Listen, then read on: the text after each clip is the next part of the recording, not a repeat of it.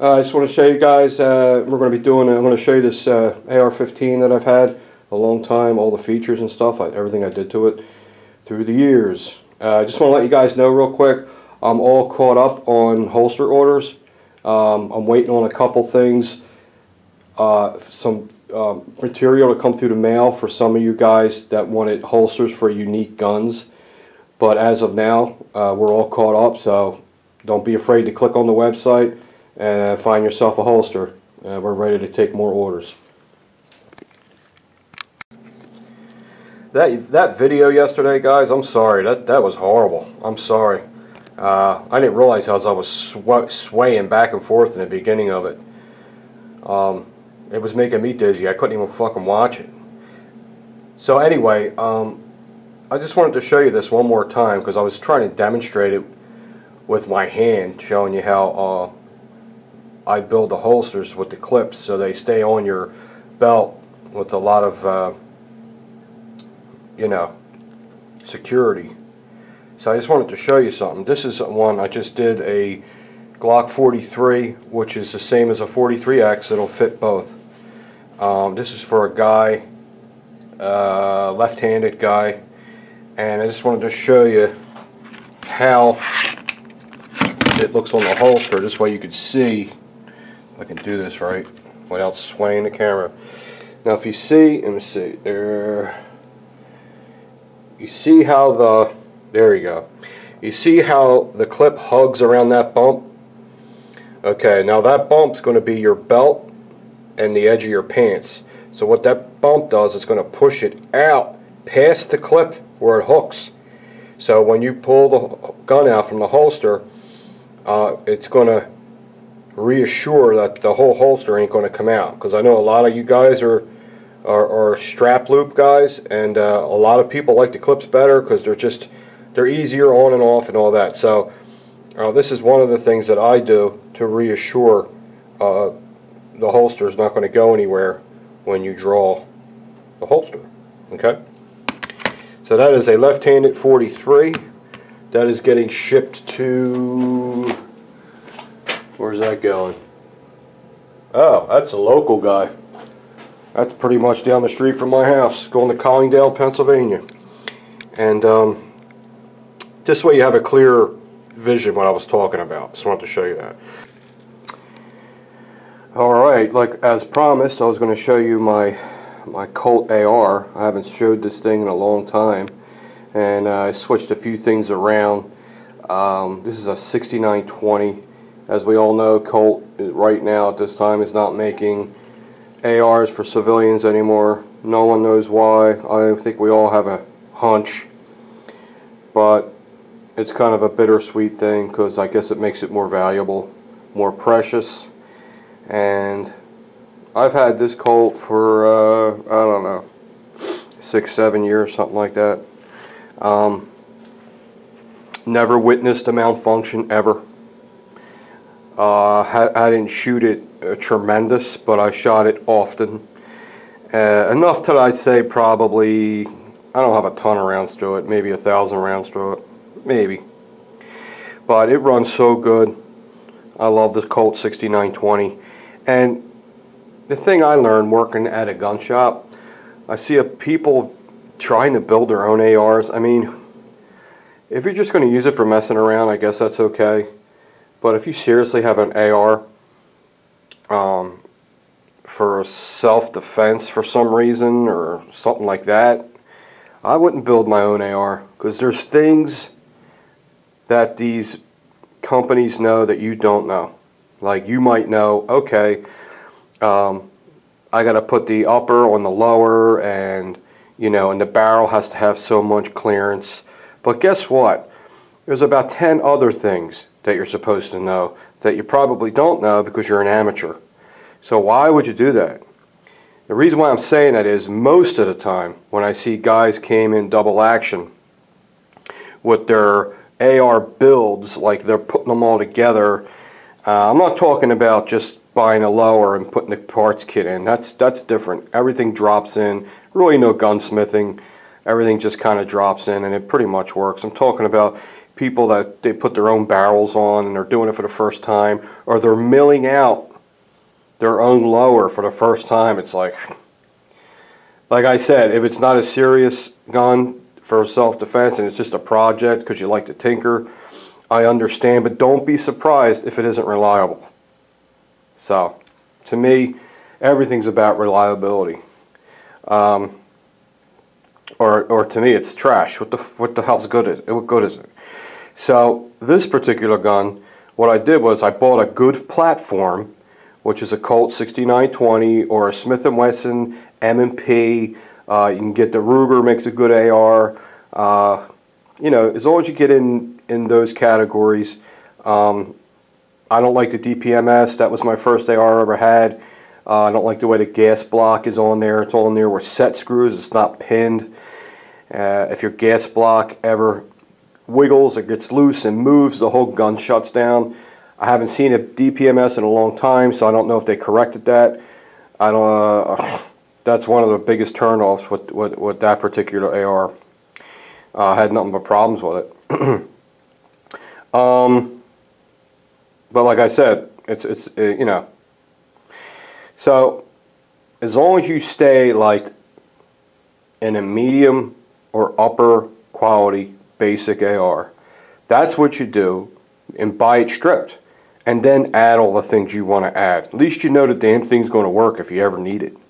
So I got the, you know, this was a basic 6920 Colt, and it didn't have anything on it, so it had the plastic, you know, grips, the plastic forend and all that. It was like bone dry, like nothing's plastic, stock, everything.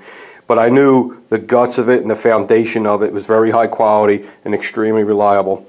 So I said I'm going to do that and then build on that and make the gun how I want it. So what I did was, that's what I did.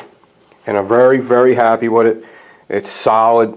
You know, you can bank your life on it. It's freaking awesome. I got the CTR stock with the enhanced rubber butt pad, which you really don't need because ARs don't really kick that hard. But it's just nice looking.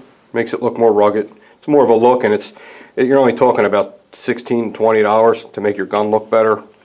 So I put that on there, and I got the CTR stock, which I like better than the MOE, because the MOE wiggles around. The CTR has the lock on it.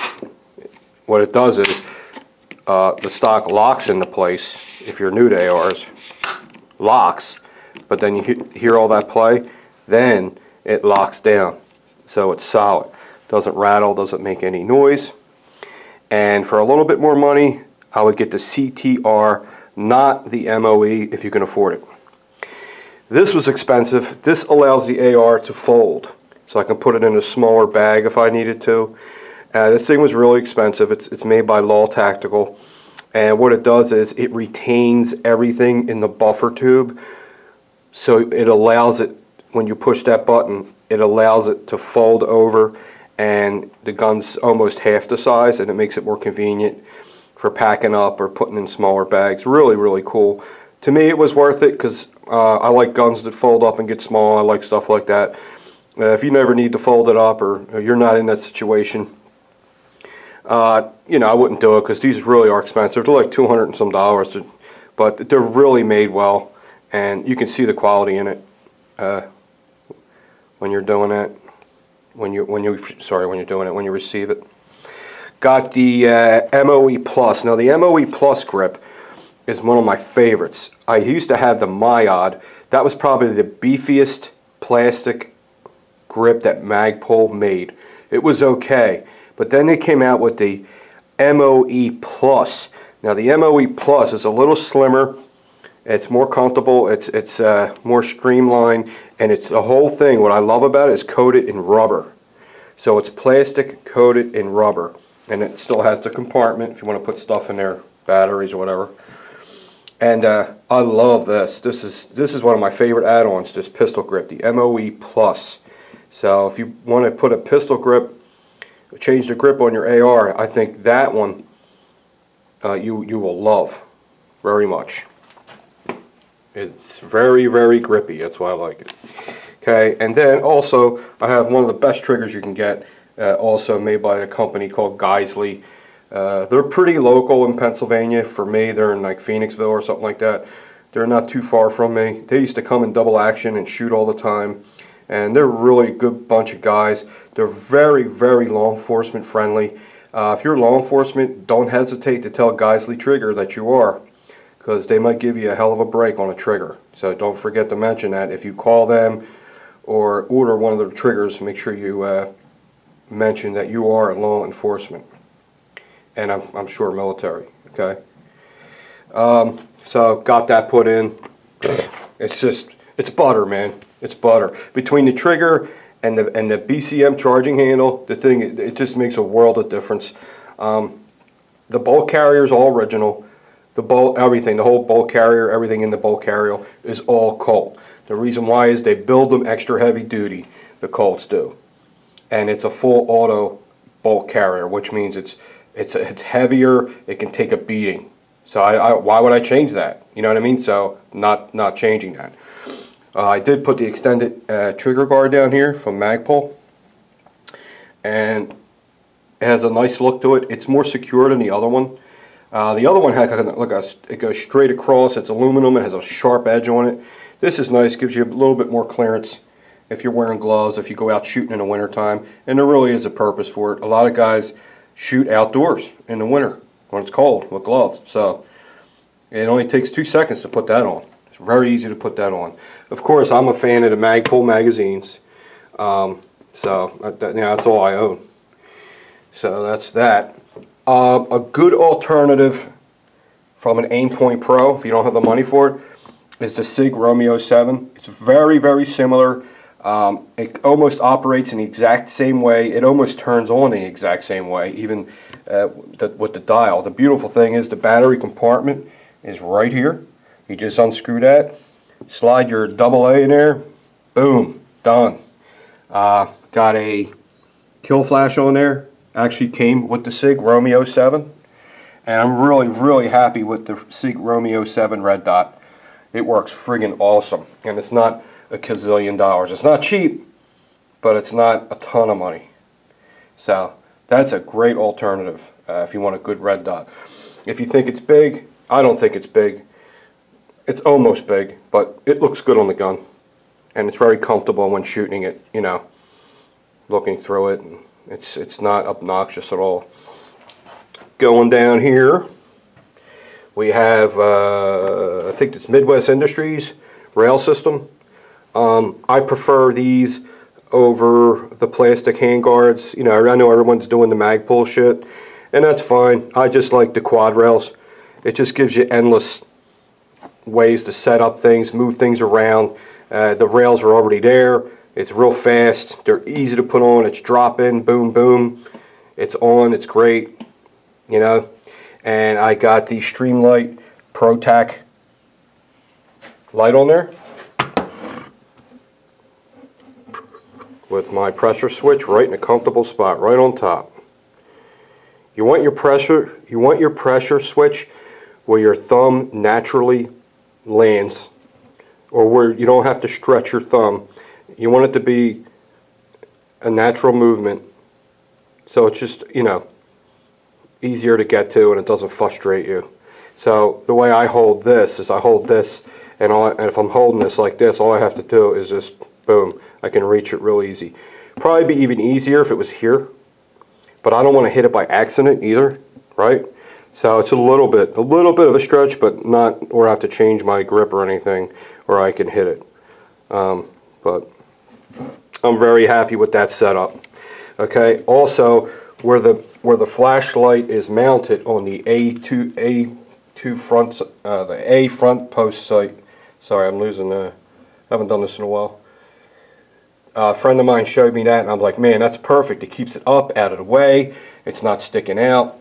It looks nice, and it's a clamp that clamps through your sight post, and it sandwiches it on both sides, and then holds your light. It has a rail over here if you want to put something over there.